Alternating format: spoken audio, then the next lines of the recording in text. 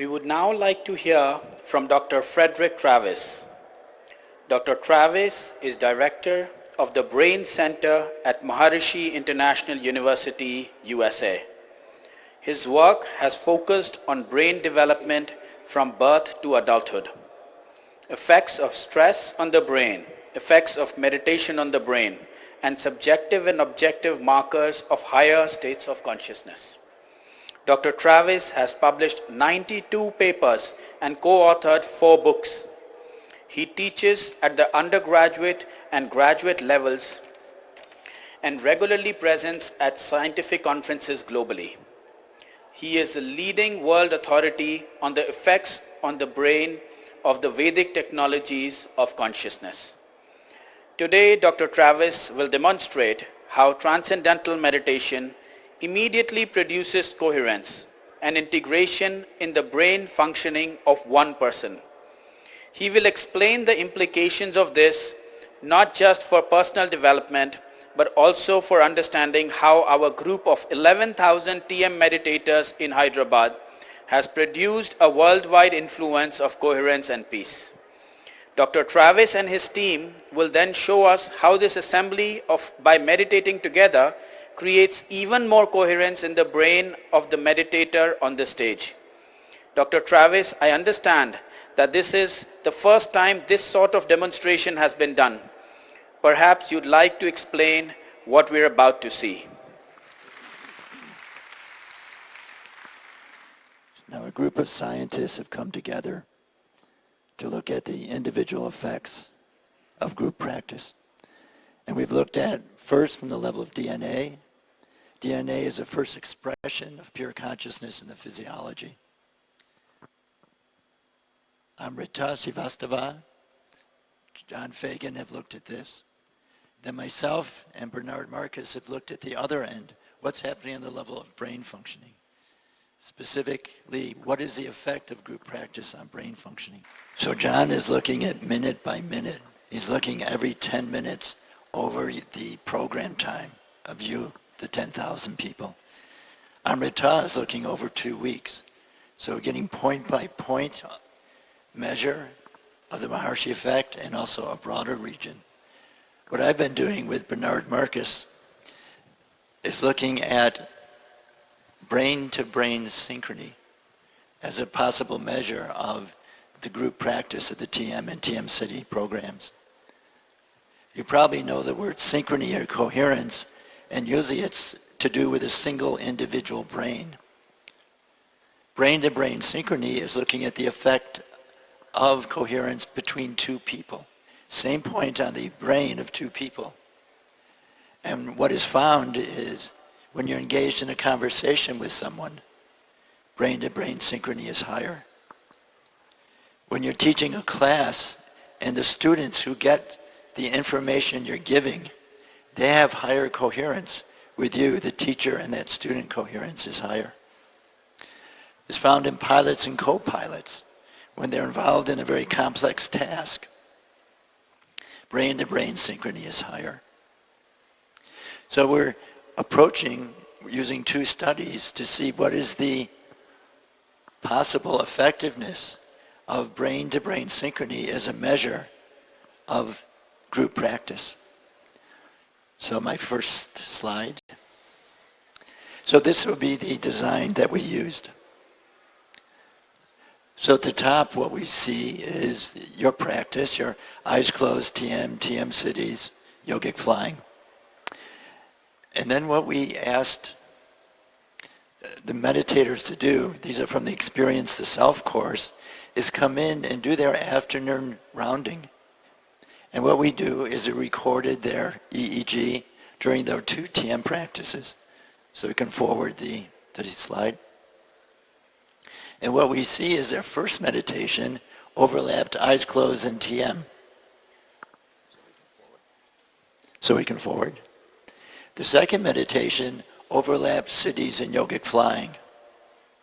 And what we did is pairs of people were looking at their brain-to-brain synchrony.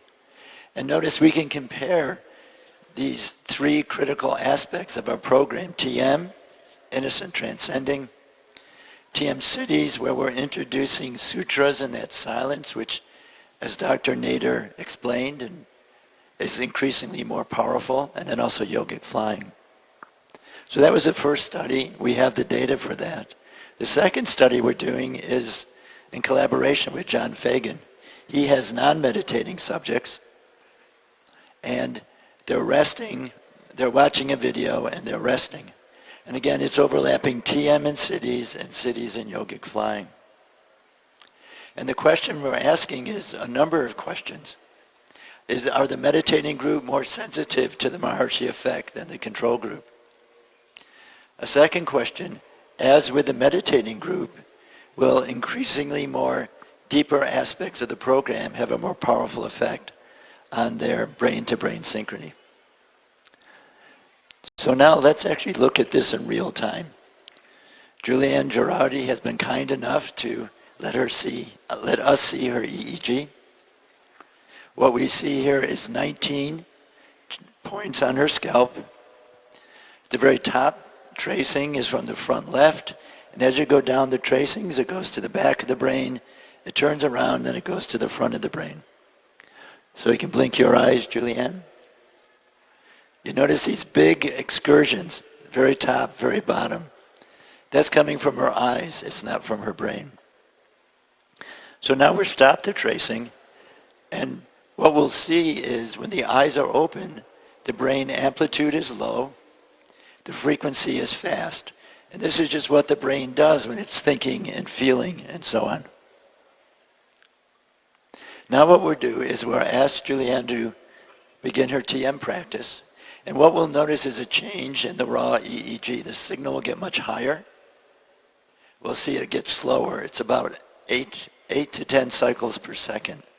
And that's the signal of the brain just humming to itself.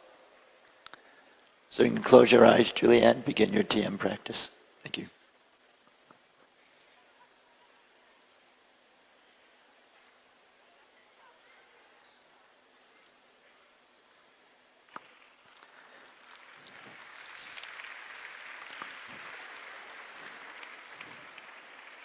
Just notice a rapid onset in alpha.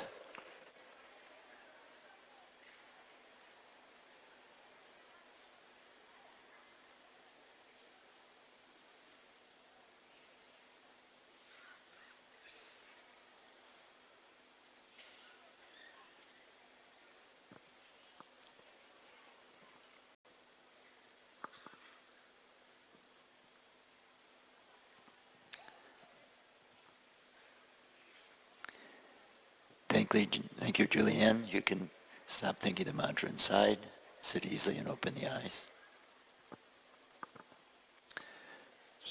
So Gerard, you can move to point with the alpha. I'd like you to look at this record. First, you notice the alpha wave. It really stands out very quickly. Notice it's over the whole brain. This means that the whole brain is oscillating in this frequency. And this is a frequency of just wakefulness. As a deep silence in our meditation, we're not thinking, we're not doing, we're not evaluating. It's just the experience of pure consciousness. Next, what we'll do is we'll ask Julianne to again close her eyes and meditate. This time, we'll be presenting moment-by-moment coherence. It will be presented as a circle. And the sensors are around the perimeter. And the sensors which are side by side are always quite highly coherent.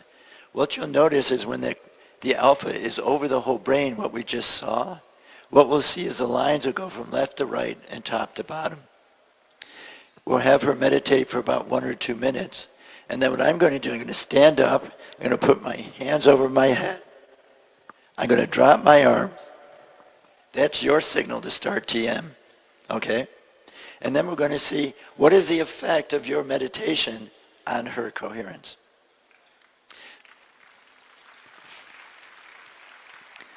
As has been described, what we experience as our own pure consciousness in deeper investigation is actually a common field. So when you're meditating, you're enlivening that field. And it's being affected by Julianne is just the ability to transcend is more easy, more regular. So we're ready, Julianne? Okay. Close your eyes. And here's the circle.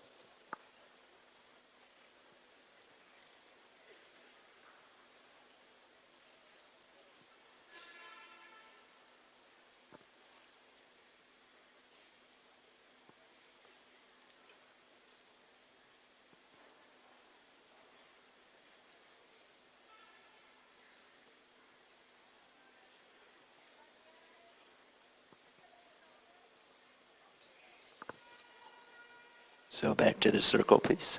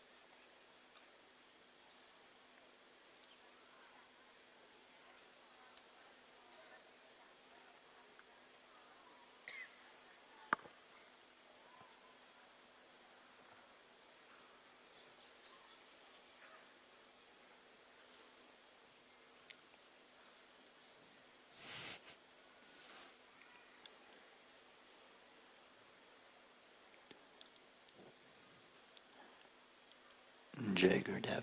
I'll sit easily and then open the eyes.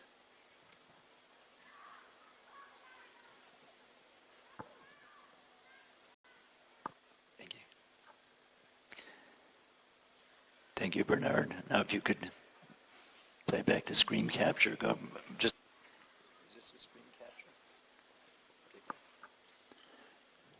Great. So this is a screen capture. It's capturing her coherence. And you notice before you started meditating, there was maybe 1 or 2 times when the whole brain lit up. Good. And now the group practices. As soon as you started, did you notice the whole brain lit up once?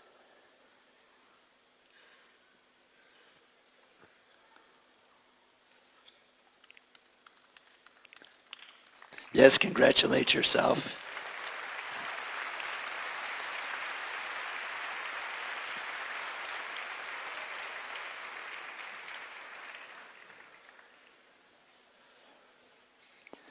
Thank you very much. Thank you.